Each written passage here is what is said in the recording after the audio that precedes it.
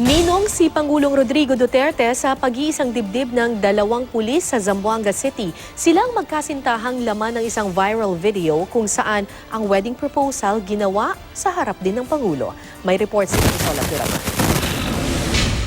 Pakasalan mo lang ako. I still have forever para bumawi as your husband. Naging viral ang video ito ng marriage proposal ng isang police captain sa kanyang girlfriend na isa ring police captain.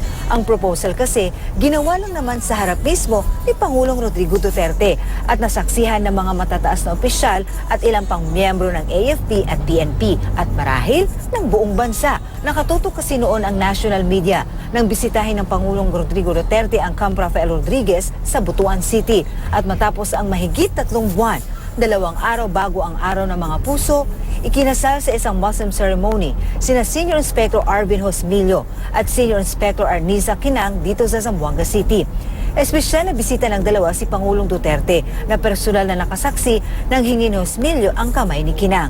At dahil parehas na nasa serbisyo ang bagong kasal, bili ng kanilang ninong digong, when you anchor your union in your faith, there is nothing that two of you cannot overcome.